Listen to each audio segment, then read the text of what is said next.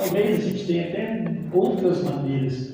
As orações que eu mais tenho lido, e orações de homens de Deus, Spurgeon e tantos outros, meus irmãos, elas são orações de profundo arrependimento. Dificilmente você vê uma oração descrita ao longo da história, diversas orações. Você pega até compêndio, até livro de orações praticamente. Mas praticamente quase todas essas orações desses grandes homens de Deus do passado, como nós temos hoje também, mas essas ficaram escritas, né? Elas são orações de profundo arrependimento e choro diante de Deus.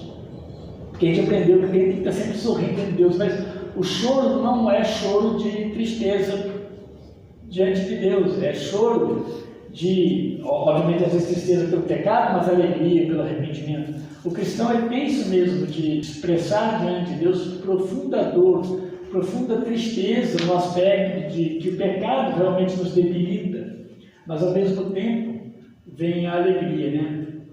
O choro pode durar uma noite inteira, mas a alegria vem ao amanhecer. As misericórdias do Senhor se renovam a cada manhã. Cada dia que aparece, as misericórdias de Deus se renovam. Porque se elas não se renovassem, estaria por fim, né? O mundo estaria no seu final. Tá bom? Agora, feito isso, meus irmãos, 1 Reis, capítulo 9, de 1 a 9. Eu agarrei esse texto aí de Reis, né? Seria no capítulo 8, mas é interessante a gente olhar para esses textos aí. Eu não quis largar eles, né, sem terminar. Esse que nós vamos ver hoje não é propriamente nenhuma oração, porque nós estamos vendo mais sobre a oração dos servos de Deus ao longo da Bíblia. Não estou vendo todas, mas começamos lá atrás. Eu sei que em Gênesis e Êxodo eu pulei uma porção. Não peguei todas as orações, mas eu tentei pegar o máximo possível. Em Êxodo peguei bastante oração de Moisés, oração nas perseguições duras, né, de Faraó. A gente pegar isso e olhar como que servos de Deus reagiam diante das duras perseguições e trazer isso para nós. Deus não deixa as coisas escritas simplesmente por escrever, né? A palavra de Deus ela é poderosa e ela produz transformação. Tem uma resposta de Deus à oração, então é importante que a gente conheça um pouco. 1 Reis 9, 1 a 9. Sucedeu, pois, que tendo acabado Salomão de edificar a casa do Senhor e a casa do rei e tudo que tinha desejado e designara fazer, o Senhor tornou a aparecer-lhe como lhe tinha aparecido lá em Gibeão. E o Senhor lhe disse: ouvi a tua oração e a tua súplica que fizeste perante mim. Santifiquei a casa que edificaste, a fim de pôr ali o meu nome para sempre. Os meus olhos e o meu coração estarão ali todos os dias. É Deus falando, tá? Olha o verso 4, Deus muda um pouco o foco. Traz para a responsabilidade pessoal. Se andares perante mim, como andou Davi, teu pai, com integridade de coração e com sinceridade, para fazeres segundo o que te mandei e guardares os meus estatutos, os meus juízos, então confirmarei o trono de teu reino sobre Israel para sempre, como falei acerca de Davi, teu pai, dizendo: não te faltará sucessor sobre o trono de Israel. Porém, se vós e vossos filhos de qualquer maneira vos apartardes de mim e não guardardes os meus mandamentos, os meus estatutos que vos prescrevi, mas fordes e servides a outros deuses e os adorardes, então eliminarei Israel da terra que lhe dei. E a esta casa que santifiquei a meu nome, lançarei longe de mim, ou de minha presença. E Israel virá a ser provérbio e motejo entre todos os povos. E desta casa agora tão exaltada, todo aquele que por ela passar pasmará e assobiará e dirá: por que procedeu o Senhor assim para com esta terra e esta casa? Responder-se-lhe-á: porque deixaram o Senhor seu Deus, que tirou da terra do Egito os seus pais, e se apegaram a outros deuses e os adoraram e os serviram. Por isso trouxe o Senhor sobre eles todo este mal. Domingo pela manhã, eu estive pregando da Simples uma mensagem mesmo lá em João, que um pouquinho para frente, que estou pregando aqui na igreja, estou chegando já nesse texto. E ele fala um negócio interessante. Lá ele fala, os sacerdotes, quando se reúnem, eles reúnem os sacerdotes, os escribas, toda a liderança do Sinédrio, e eles se reúnem para matar Jesus. E a expressão que eles usam lá é justamente essa expressão de que se eles não matarem Jesus, virão os romanos e tomarão o templo e a nação. Ou seja, tirará do controle de Israel o templo e a nação. Eu estava lendo algumas coisas sobre isso ao redor desses dias, né? E alguém disse que de fato, aí me fez puxar na memória mesmo. Alguém disse, olha, esse foi um grande problema em Israel, é o grande medo de Israel desde lá do passado, do começo. Sempre perder o templo e a nação. E são as coisas que eles mais perderam. E não estava atrelado justamente do que eles estavam fazendo, de matar Jesus para resolver esse problema. Estava atrelado o quê? Em obediência a Deus. É isso que Deus está falando com Salomão na oração de Salomão. Deus toma o templo, Deus permite que o templo seja destruído e que a nação seja levada cativa, não porque Deus quis punir alguém simplesmente por punir. Existiam coisas que eles de fato não faziam, e dessas coisas a principal era obedecer a Deus, atentar para os mandamentos de Deus. É nisso que Davi vai se destacar. Davi é um pecador, né? Mas ele amava a palavra de Deus. Pega o Salmo 119. Ele amava a palavra de Deus. Esse é um ponto muito forte desse texto aqui que Deus está falando para Israel. Aqui, meus irmãos, toda a obra já havia terminado. Que obra? O palácio do rei, o templo, né? Estava terminado. Salomão faz algo maravilhoso. Já ouvi falar em cifras, né? 17 bilhões em valores atuais, né? Eu não gosto muito dessas coisas porque você não tem noção, né? Mas falam assim, quando você começa a contar os ouros, né? O peso de ouro, o peso de prata, você chega numa quantia próxima de 17 bilhões de dólares, né? Nosso real está passado. Tudo isso já havia sido consagrado por Salomão na oração que ele faz no capítulo 8. Nós já passamos pela oração de Salomão, vocês vão se lembrar. E já nesse texto aqui, então, você pegando a partir do verso 2, vai dizer assim, depois dessas coisas, Deus apareceu novamente a Salomão lá na cidade, conforme apareceu em Gibeão, agora em Jerusalém, agora ali no monte de Jerusalém, onde foi construído o templo. Mas ele está lembrando aqui, Deus apareceu novamente, do jeito que ele apareceu em sonho, para Salomão lá em Gibeão.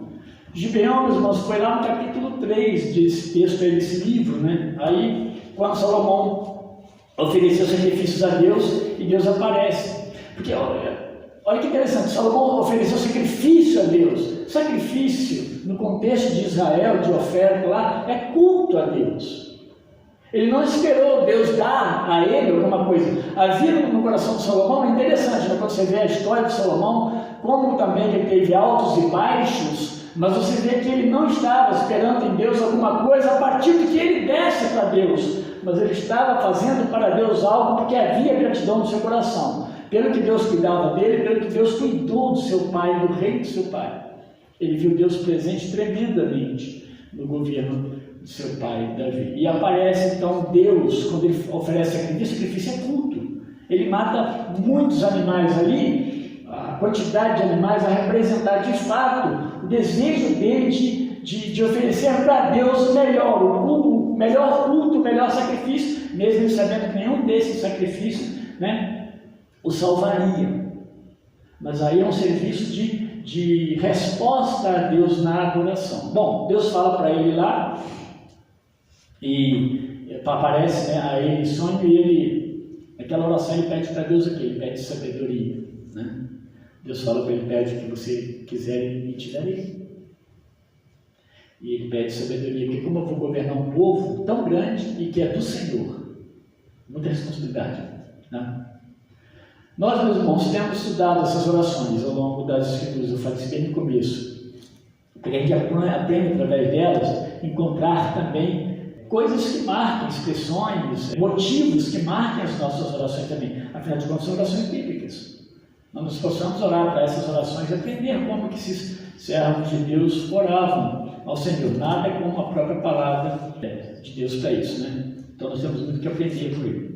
Nesse texto, então, meus irmãos, nós temos registrado a resposta de Deus, a oração que ele já havia feito, capítulo 8. Lê o capítulo 8 todo lá, que você vai ver como que ele orou, como é que ele fala. Ele falava muito o que eu já disse até aqui, que nós lemos lá, eu já repeti aqui, né? Ele sempre falava, olha, se teu povo, né, um dia for levado cativo, porque ele fez mal ao Senhor, mas lá no cativeiro ele se arrepender, sempre usando essa expressão, e virado para o templo em Jerusalém, porque não dava para esse povo vir no templo, não dava para esse pessoal vir no templo, mas por fé, crendo que o Senhor recebe a oração feita neste lugar, Senhor, perdoe o pecado desse povo, perdoa eles, restitui. Aí, meus irmãos, tem sentido, porque Salomão está falando assim, ó, Senhor, me dá um carro, né? Me dá mais cavalo, me dá mais coisas, eu preciso disso que é a oração de hoje, não é isso? Me dá. Isso é terrível. E Deus, enfim, a oração dele não estava em torno disso. Deus vai dar sabedoria, porque sabedoria é o que ele precisava para conduzir o povo. Na verdade, sabedoria é o que nós mais precisamos, para cuidar de nós mesmos, dos nossos, da casa de Deus, do povo de Deus, para nos relacionarmos, precisamos da sabedoria de Deus. E aqui, meus irmãos, ele está ouvindo as recomendações de Deus, ele está ouvindo as recomendações de Deus.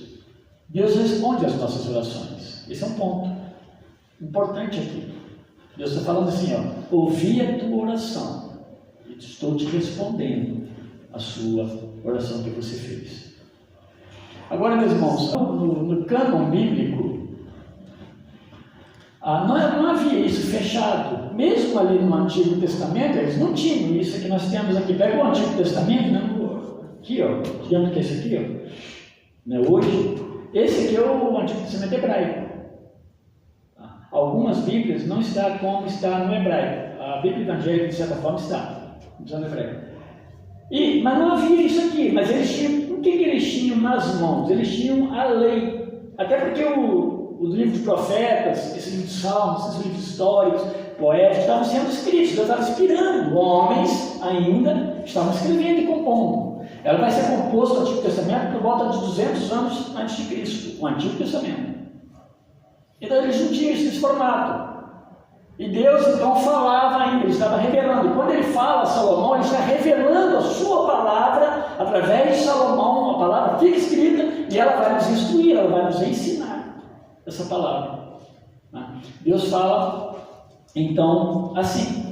É assim que Deus vai se revelando. Por isso que Deus falava para pessoas, o Espírito de Deus, um gente faz muito que seminarista, né? E como que o Espírito Santo atuava no Antigo Testamento? Porque no Novo ele derramou, né, o Espírito sobre nós recebemos o Espírito quando cremos.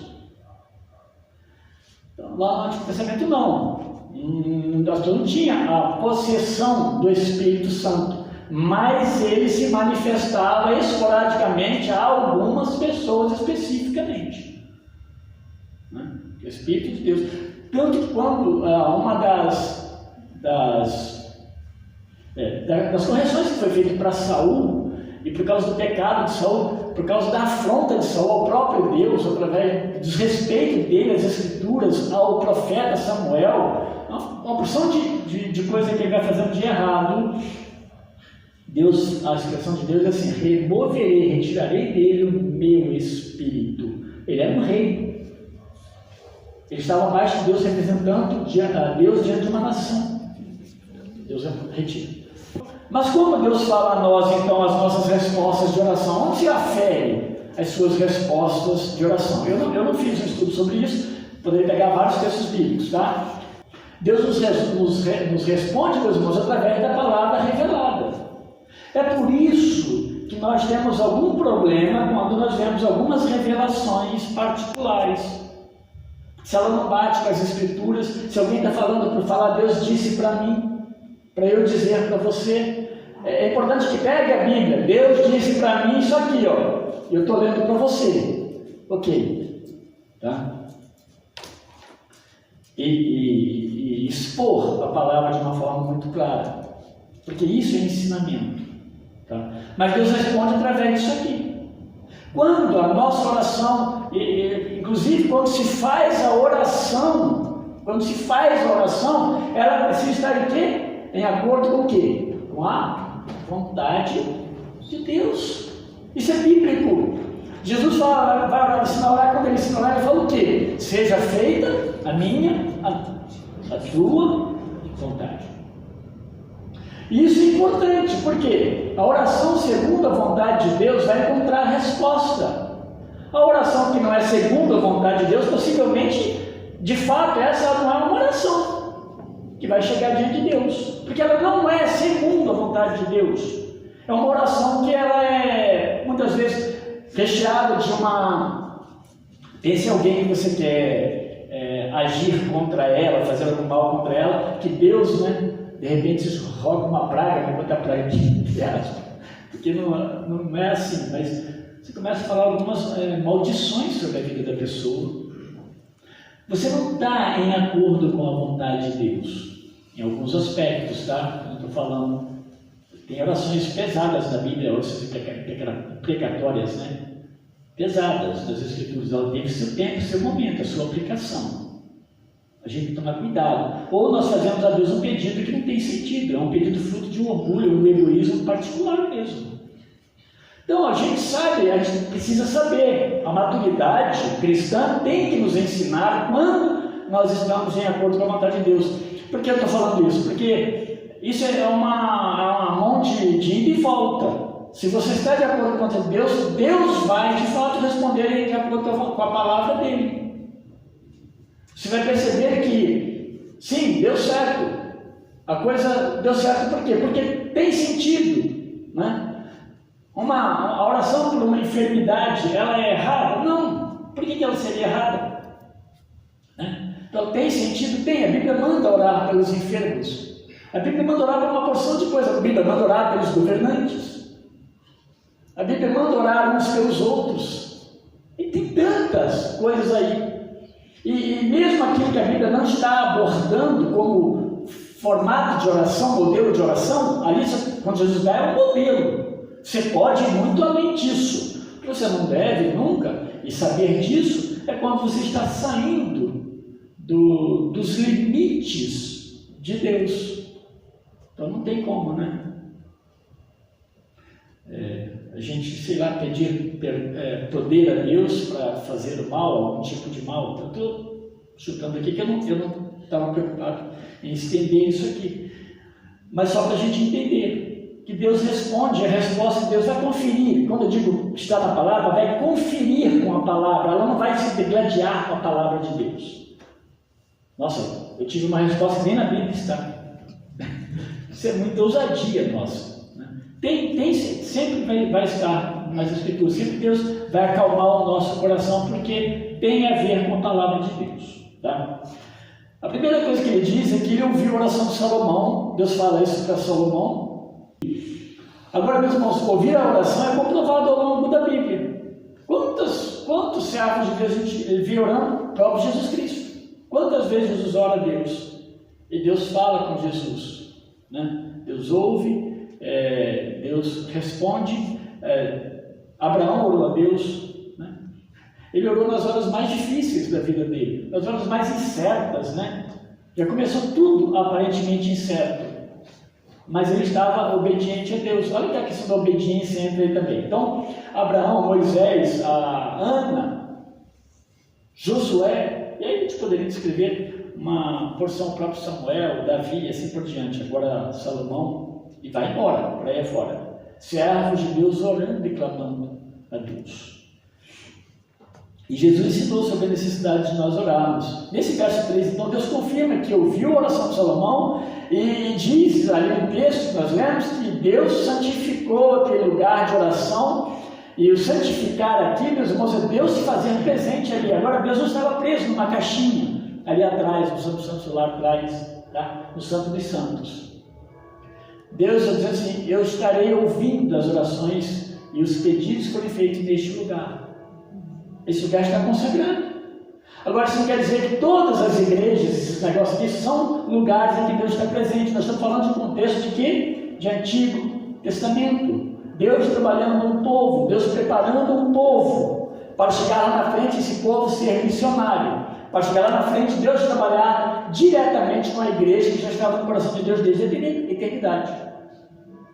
Tempo é um momento de passagem em que Deus está preparando e lidando com o povo para servir e também para adorá-lo.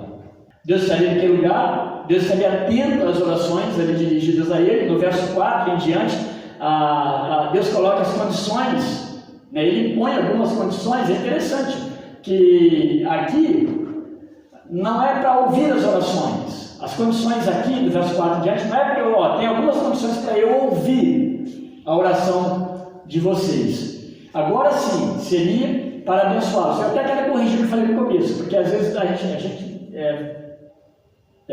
não se faz compreender. Não é que Deus não ouça, porque Deus ele é onipresente, onisciente, onipotente. Ele ouve. A questão que eu estou falando é a resposta, né? Porque aí, sim, Deus não é surdo, então ele ouve tudo. Mas por que Deus não responde? Aí a sua oração ela não condiz com a palavra de Deus ou com as escrituras, né? Os desejos de Deus, a vontade de Deus, o caráter de Deus está totalmente fora. E Deus não é alguém ou algo que a gente manipula, né? A gente fala assim: olha, eu tenho um Deus, isso é muito voltado para a idolatria, né? Eu tenho um Deus que está lá em casa do meu caixotinho, que eu oro a Ele, eu ajudo Ele, peço uma porção de coisa para Ele, né? Eu enfio coisas lá naquele caixotinho, Ele decide aquele negócio para mim e tal. Deus não é assim. Deus não é o nosso serviçal. A primeira condição é voltada para o próprio Salomão, quem tinha acabado de orar. Porque Deus vai falar com ele com relação à promessa de confirmar o trono de Davi. E aqui vale a pena a gente pensar alguma coisa. Deus está falando para ele assim, sobre a permanência do trono de Davi. Olha, Deus falou que o trono permaneceria. E agora Deus está falando aqui, mas se você não for fiel, né, não vou confirmar. Não é que Deus voltou atrás. A própria Escritura explica isso. De fato, o que aconteceu ao longo da história? Deus não confirmou o trono de Davi, aquilo que ele prometeu. Mas ele não prometeu que ficaria alguém sentado no trono a vida toda. Trono é trono mesmo da gente. Ele não prometeu isso, ele prometeu que haveria descendentes para sempre no trono de Davi.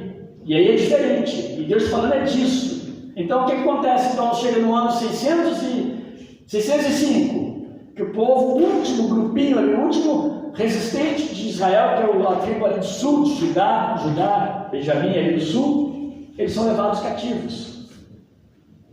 O outro grupo, dos 10 tribos, já tinha bacia. Agora são levados para o Nabucodonosor, Babilônia. Acabou, não tem mais rei. O último rei foi destronado, foi morto. Um rei, aliás, foi levado, mas cego. Os seus filhos foram mortos pelo rei da Babilônia na frente do pai, que era o rei. Acabou. Não sentou mais ninguém no trono de Israel. Veio o tempo de silêncio, aquele período intermediário dos testamentos, cerca de quase 400 anos. Não houve mais rei, depois não sentou mais rei de Israel. Mas quando vem Jesus, o Rei eterno, ele se assenta no trono, não um trono, não é disso que Deus estava falando, um trono ali que a pessoa senta e rege. Não haveria descendente, não faltaria descendente, não faltou, porque Jesus é da descendência, humanamente, da descendência de Davi e de Salomão, tá? Mas Deus corta a questão prática da coisa, ele corta, ele sentar no trono por causa do pecado. É isso que ele está falando aqui. Se vocês desobedecerem, se vocês deixarem os mandamentos, se vocês deixarem os princípios meu e entrarem em desobediência, eu encerrarei isso. Aí eu quero dizer, meus irmãos, em cima disso é muito fácil nós pensarmos o seguinte: a falta de observar a palavra de Deus, de fato, acrescenta sobre nós, cai sobre nós consequências, não tenha dúvida. Deus não vai tirar, assim, eu não conheço a sua vida, nem você me conhece, mas nós pressupomos que nós entregamos nossa vida a Jesus, ok, isso é bom. Por que a gente vê isso? Porque vemos nossos irmãos rendidos diante de Deus, mas Deus só que sabe disso. No entanto, você vai ver muitos cristãos, e aqui eu não quero que me entendam mal, estou só falando como exemplo, vai ver muitos cristãos sofrendo claramente por causa do pecado. Eu já falei isso algumas vezes. Não é que todo sofrimento é fruto do pecado da pessoa, do pecado da queda sim, do pecado da pessoa não necessariamente, mas muitos são. As pessoas elas não confessam, elas não se importam com o pecado, e o sofrimento vem de alguma maneira, talvez uma tristeza profunda que não se cura, sei lá o que possa ser. Eu quero dizer isso. As consequências, Deus quando está falando, olha, faz tudo em obediência, aí sim, para que você seja bem sucedido. No caso aqui de Israel, de reino, uma coisa muito séria, e o trono realmente caiu, mas não deixou de haver descendente, né? Quando puseram o descendente de Jesus, né? Ele dessa linhagem. A ênfase que ele dá então é guardar os mandamentos e estatutos, tá? Por isso que você vê Davi, o Salmo 119, todo ele é muito forte, né? A palavra, a tua palavra, o teu mandamento, os teus preceitos, né? Os teus estatutos, as suas leis, tudo assim. O Salmo 119 todinho, quase que verso a verso. Porque quem consegue escrever quase 180 versículos falando assim, só alguém, meus irmãos, que compreendeu o que significa os mandamentos de Deus para a sua própria vida. O coração de Davi jamais foi derrubado. Ele pecou, ele sofreu, e até nisso, aqui eu não quero dar ênfase a Davi, a glória é de Deus, porque Deus o perdoou, por causa, obviamente, diante do seu arrependimento. Guardar os mandamentos é a ordem. E também, guardar mandamento é um amor verdadeiro a Deus. Mostra um crente, de fato, fiel.